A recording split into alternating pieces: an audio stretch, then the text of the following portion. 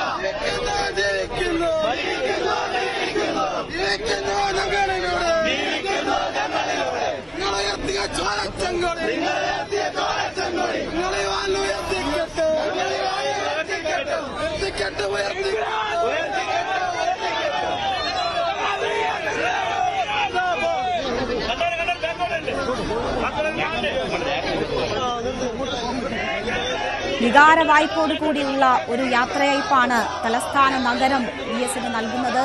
നിറകണ്ണുകളോടെ കൈകൂപ്പിക്കൊണ്ട് VS-ന് വിട പറയുന്നവരെ നമ്മൾ കാണുന്നു. മുദ്രാവാക്യം വിളികളോടെ സഖാവിന് വേണ്ടി അവസാന മുദ്രാവാക്യം വിളിച്ച് സഖാവിനെ യാത്രയാക്കുന്നവരെ നമ്മൾ കാണുന്നു. സ്ത്രീകളും കുട്ടികളും ഉൾപ്പെടെയുള്ളവരെ നമുക്ക് ദൃശ്യങ്ങളിൽ കാണാം.